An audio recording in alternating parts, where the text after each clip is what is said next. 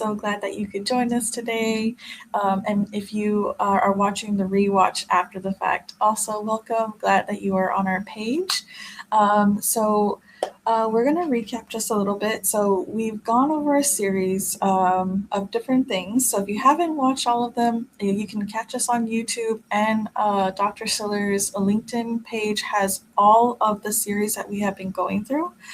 So we've covered what readiness actually means, why strong grant writing alone doesn't win funding, and how to know if you're ready, and most recently, how to stop chasing dollars and find the funders who actually fit your program. So a lot of great information, a lot of wisdom and knowledge given in all of the LinkedIn lives that we've done. So if you have not checked them out, please do. They are very, very there's just so much information in all of them in just 30 minutes. So now you've done it. You've got the defined programs, a strategic plan, and you found a funder that's a real match. And here's where a lot of organizations still lose: is the application itself. So today is about turning all the groundwork that we have been talking about into a proposal that actually wins. So we're super excited to have Dr. Siller here giving us her knowledge and expertise on today's topic. So you found the right funder, now what? Writing the application that wins. As always, we're super glad that you guys are here, and we will jump right in to the first question. Okay, so you've spent this whole series getting organizations ready, Dr. Siller. We've defined programs, we've talked about strategic plan, and then the right funder. Can you walk us through what actually goes wrong at the application stage? Why do organizations that have done everything right still get a no? I think one of the things that happens that goes wrong at the application stage is not giving yourself enough time, thinking that you can just copy and paste from previous applications. And I frequently hear people who are new to the grant writing space, say things like, well, I wrote one or two foundational grants and I just keep using that over and over in my other applications. And as a reviewer, you can tell when that happens. Sometimes it's blatant mistakes where the text that you copied and pasted from another application still contains the name of that other funder as opposed to the one that you're currently writing to. Sometimes the answer doesn't quite fit with the question that this funder is asking you. So there's little things that you can tell as a reviewer, but I think sometimes just not giving ourselves enough time. And that also goes to the preparation that we've been talking about too, the getting ready part. So when you are under the deadline of an application from the time they put it out through the time of submission, that deadline, you should really be focusing on the writing, not the administration of the grant itself and all the other things. So hopefully you have a lot of the documentation, those attachments, those other kinds of things in place because you did that work that we've been talking about in terms of the readiness. And now you're just at the point where you can really, excuse me, focus on the application itself, the questions that are being asked of this funder, and you've researched this funder enough to understand how you're going to really paint that picture of alignment between what they are interested in, their pillars, their focus areas, and your program that you're asking for funds for, or general operation requests that still fits your mission, fits their priority areas. So that's, I think, some of the most common ways in which we fail in an application because we didn't pay attention to this particular funder. We cut and paste from other applications. Or sometimes we get so focused on the writing that when we get to the budget, we just slap it on at the end. And we haven't really reviewed that budget because it's the same program and we've used it before. not thinking about how it would really align with the narrative that we've written for this particular funder. So all of those things are important. I think also when people are new to grant writing, or they are the founder of their nonprofit and they're writing applications right now because they don't have the money for staff and other things, they look at the organization and their programs in terms of their lens. And again, we're writing to someone else, and so we need to consider who that reviewer might be. And we're not writing for us as the founder and executive director of this organization. We should be writing for the funder. And so I think that's another thing, is taking yourself out of the equation, especially if you're a founder. I do see that a lot with individuals who have founded their organization. Is there's a lot of heart and passion, and they know the history behind it. But again, we're writing to the funder, the person that is going to be reviewing this application. I think sometimes too, we have data that doesn't align with what we're writing about. And so I think that's another important thing, is the data doesn't match the narrative, the program, those kinds of things. Sometimes the data is old and things are changing very quickly. So we want to make sure that our data is within the last 2 years. I did bring up the budget as well. So not just slapping it on, but we want to make sure that the narrative and the budget are telling the same story. The budget makes sense in terms of what we are trying to accomplish with this program that we've explained in detail how it operates and what we do. But also that it meets its goals, objectives, and outcomes. And so does the board budget really support that? And then, as much as you can, try and avoid last minute grant applications. I mean, I get it. Sometimes it comes up. You didn't know it existed. Somebody sent it to you. You found it, in a newsletter, and you're like, this is great. We need to apply. And we all do that. So I'm not going to tell you don't ever do that or act like it's a perfect world. It's not. But as much as you can, try and avoid any kind of last minute rushed applications. And then also, whatever the deadline is, today is the 26th. If the deadline were today on the 26th, we really want to at least start uploading it into the portal 2 days before. If not, try and get it done at least 2 days before. And then when we're submitting, just submit under an environment that is as stress-free as possible, so that we don't make any mistakes by forgetting an attachment, uploading the wrong attachment at, this particular, some of the portals have you do it individually. And we just don't want to be uploading the wrong attachment or the incorrect version.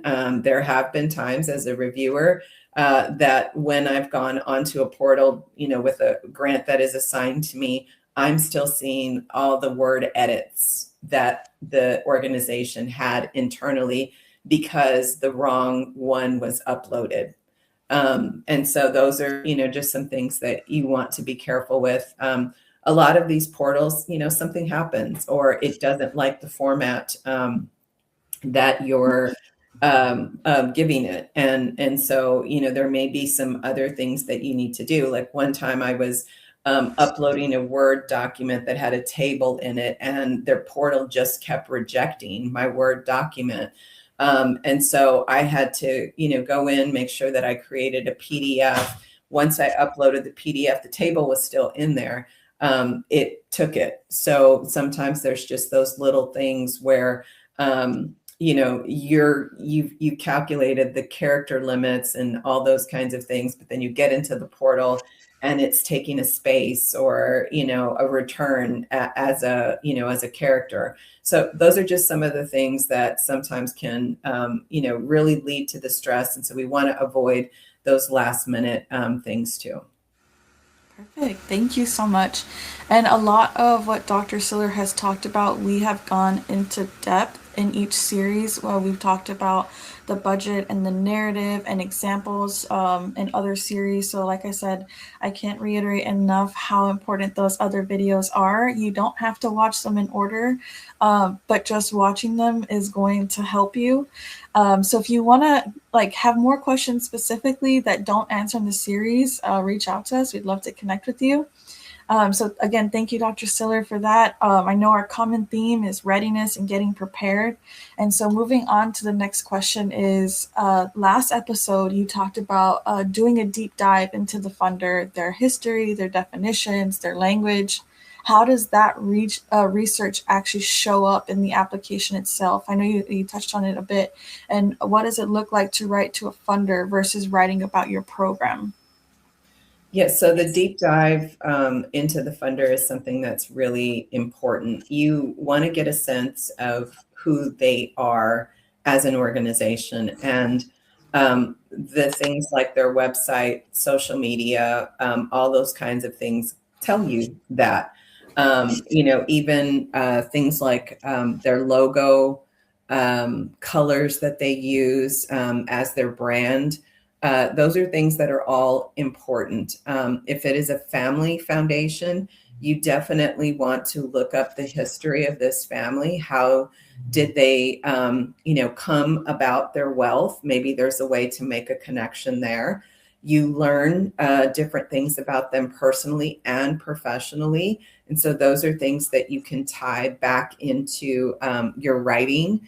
But you want to look at the language that they use. So some may use language like poor, and others may, just not use that kind of terminology and may say economically disadvantaged. And so you don't want to offend them in your writing either, because there's probably a very good reason at why they chose that language. And so if you've never created content for a website, even if you weren't creating the website yourself, but just the content, that part of, in that process, part of what you're doing is creating your brand. And so there's particular language that you use or don't use. There's particular images that you use or don't use. And so anybody who's worked with you, just even in creating, your website, is pulling all of that because they're trying to find the heart of who your business is or who your nonprofit is or something like that. So it's really important to look at the language that they use and mirror their terminology, unless you have a major reason not to do so, because maybe you find their terminology offensive. And there's always like these, subtle little nuances to it. So we just want to make sure that we obviously stay true to ourselves as an organization, but mirror their terminology, because we don't want it to spark anything on their end during the review. The review process is completely disassociated from the people that are submitting the application. So they're not going to ask you questions. They're not going to call you up. They're not going to send you an email. Why did you choose this word versus that word? They've just got to get through the reading, the review, the rubric, and then determining awards and how much, right? And there's a time frame in which to do that. So they're not going to call you to ask you for clarification on things. You want to really show that you've learned something about this particular funder, and that this is, not something that's just generic. And so any way that you can find to tie in your origin story to theirs, their passion for a particular cause, relate it back to your mission, those kinds of things is really important. For example, earlier this week, I was working with some clients that are, we were creating avatars of different funders that they have. And, but we're basically doing a family foundation, a corporate foundation, and a high wealth individual, and creating avatars for what those look like. And the language for each of those is very different. And we had model organizations that we were using as examples to get their staff, to sort of think about that. And we took language that they normally use on their website and all those kinds of things. And then we changed it according to each funder so they could see how the language varies between a corporate foundation, a family foundation, and an individual. We go through an exercise of really finding out who is this funder, what are they passionate about, what are they interested in, what are their pillars for, their company, if it's a company, or what is their vision for their foundation, or what are the values that they have. And how does our program relate to those things? So it's really important to do that deep dive into the funder. You want to align not just your language, but your goals and your outcomes according to what's of interest to them. A corporation might be more interested in hard numbers and data and statistics, whereas a family foundation, they might be somewhat interested in that, but they really want the story of how is my contribution to this cause, to your mission, changing things for people, pets, or places. They really want that story more than just the numbers. And so you have to tailor your writing to each type of personality that the funder has.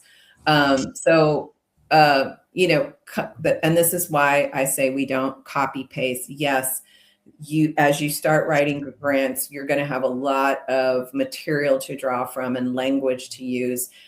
So the bulk of it is there, and then it's just tailoring it to each particular funder, but not a direct copy paste. I would say 9 times out of 10, it just doesn't work. It's a little off. They ask the questions with little nuances. One funder may have a 3-part question, and another funder may break that out into 3 different questions. And so that's where you really have to read the question, ask yourself, what are they asking me?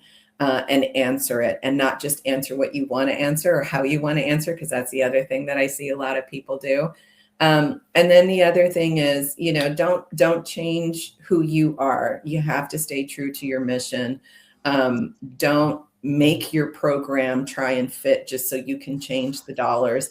If it's not something you do, it's not something you do, unless it's been very strategic and intentional to start a new, program or a new way of doing it, something like that. But don't, just constantly change your program just to fit all these different funders. You have to really know who you are and be grounded in that. So the next question is, one thing that comes up a lot in our conversation is the budget. And you've said it before, and you said it today too, is that the budget has to support the narrative. And I know that we've discussed this in previous ones, but just in case we have a viewer that hasn't seen our other ones, where do organizations get the budget narrative relationship wrong, and what does it look like when it's done right? Well, before they get the budget narrative wrong, they got the budget wrong, as normally. So the budget tells a story. It tells a story through the numbers, through your resource allocation, through your categories that you have. So I'll give a real simple example. Once when I was reviewing an application, this was during COVID. But they had a program that now they were delivering completely virtual, right? Because it was COVID. But when I went to review the budget, it still had things like a van. It had maintenance for the van. It had costs for the gas, for gas for the van. And then the program had been in person, and it was a youth program. And so when they were doing it in person, they had, food for the kids and all these different supplies. Well, so it's now virtual, and you kept the same budget for things that don't actually apply. So of course it scored low. We don't have an opportunity to ask questions, and they weren't funded. And that's an, kind of extreme example there, but it does happen a lot. Or the people that you told me about in the program section, the description of the program, that you said were going to be doing the work, either the outreach, working directly with your clients, those kinds of things, don't match the people that I'm seeing in the budget. Or in the narrative, you told me you were going to offer incentives for people to participate. But when I go to the budget, I don't see a line item for incentives. And if it's covered by another grant, you didn't tell me that in the budget narrative.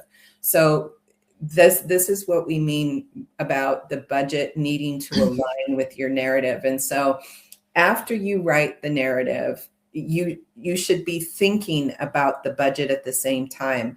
And normally I sort of either keep a paper on the side, or I'm already starting to work on the budget, and I'm writing notes to myself as I'm writing the narrative about what I think I need to include in the budget, right? Just so I don't forget it. So they should kind of be done in parallel.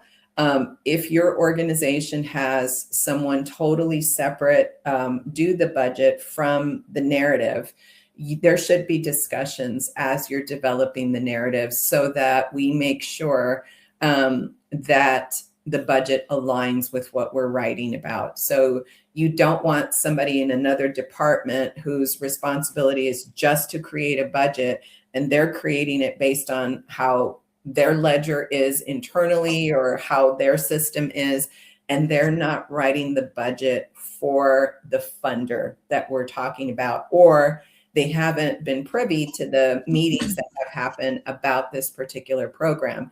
And so when they provide you the budget and you just slap it on at the end, it doesn't align. And so that's really important. Or if it's a government, type of grant that we're putting in, and maybe there's certain allowable costs or unallowable, and that person doesn't know about them, and they're just creating the budget that they have before for this particular program. And maybe it was okay for a family foundation to include certain things on the budget, but it's not okay on a federal, state, city, county grant.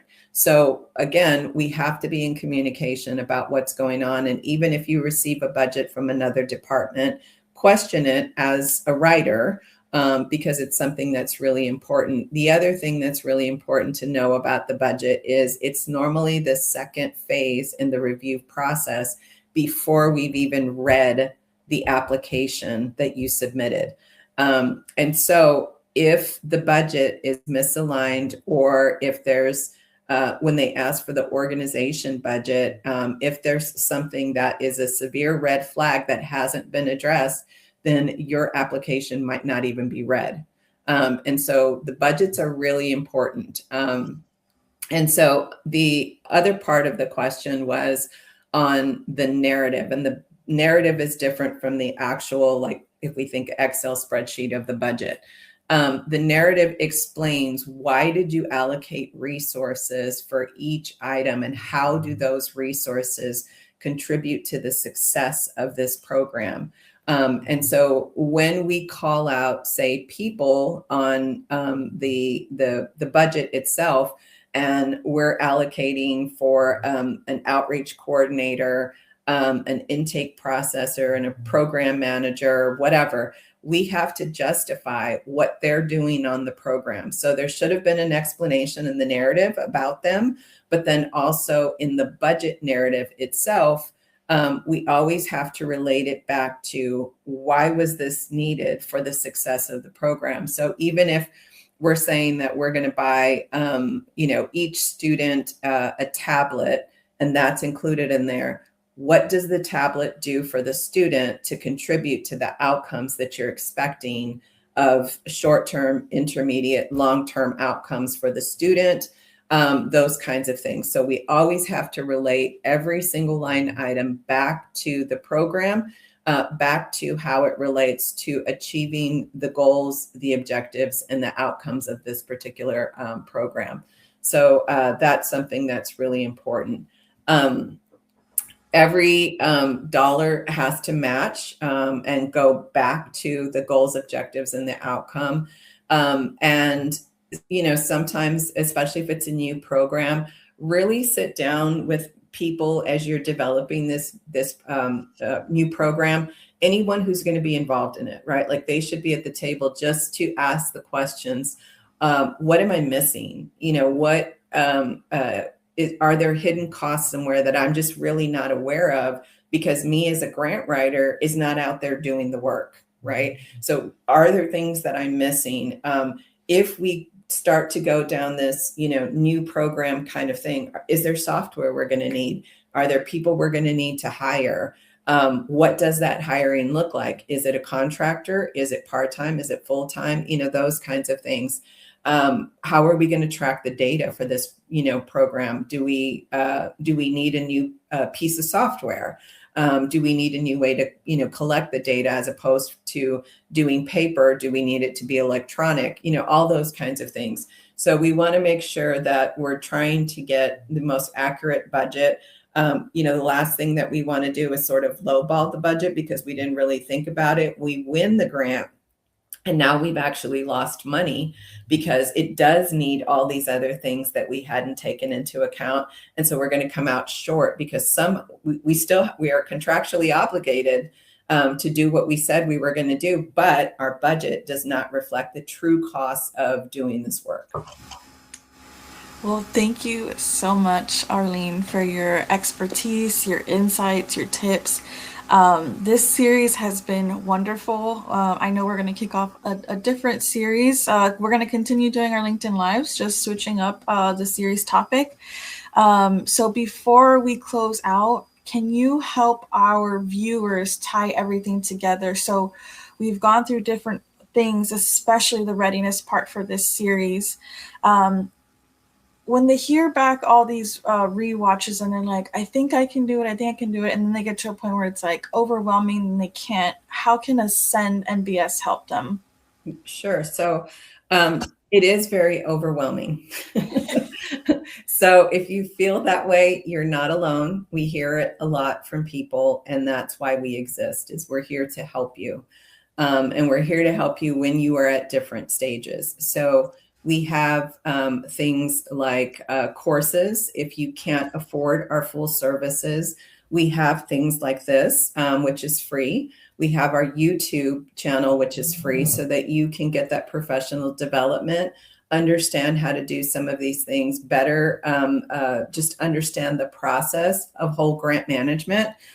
So we have something for you at every stage. We're also going to be developing some readiness workbooks that we'll have hopefully out in the fall, that will help you as well. And then there's actually getting us to do the work for you, taking this stuff off your plate. It doesn't mean you won't be a part of the process. We still need you to be a part of the process, especially if a lot of the readiness work has not been done with the clearly defined programs and things like that. That's how we win grants for you. And so if you don't have those things in place, that's where we can help. And then we can actually help with full grant life cycle of research writing and compliance as well. Perfect. And if you want to get connected with us, you can scan the QR code on the top left of your screen. If you don't have the ability to scan it at the moment, at the bottom of this LinkedIn Live, there will be some tags at the bottom that will take you to our website. And you can learn more about us, get connected. And again, if you have any questions for us, you can reach out to us through LinkedIn, or you can send us an email. We'd be happy to help you. Again, thank you guys. I hope you have a great Friday. Again, thank you, Dr. Siller, for your insights and expertise. And we will catch you on the next LinkedIn Live. Bye-bye.